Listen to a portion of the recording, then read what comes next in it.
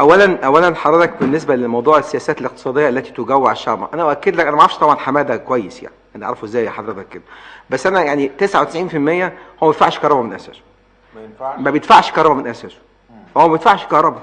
يعني حضرتك انا لو انت حضرتك حبيت تحكي على مقاس الشعب المصري، انا احكي لك لان انا لفيت كتير.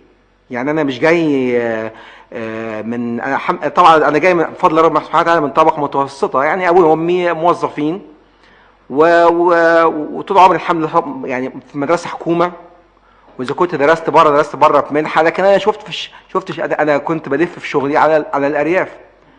فانا شفت في قرى بني سويف اسر يعني في قرى في مصر انت زعلان ان هو غالي في توت الميه، هو اصلا ما بيدفعش، لكن لا ان هو انا متاكد، انا ما اعرفش بس انا متاكد، لكن انت حضرتك في قرى في مصر في القرن ال21 الاطفال بيجي لهم اسهال، البيبي اللي هو بيبي الوليد الرضيع بيجي له اسهال لان امه من الجهل، امه بترضعه، يعني الام بترضعه من الجهل ان هي لا تستطيع ان تقوم بالنظافه الشخصيه لصدرها، بحيث الجلد العادي بيجي له اسهال.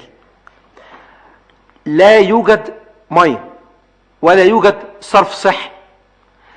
انا مش عايز اقول لك يعني الانجاز اللي وبعدين يعني الرجاله بيروحوا الجامع، الستات بينزلوا على الموقع. انا ما بتكلمش على حاجه من 50 سنه، انا على الموقع عشان ابقى صادق، يعني في 2004 كانت القصه دي.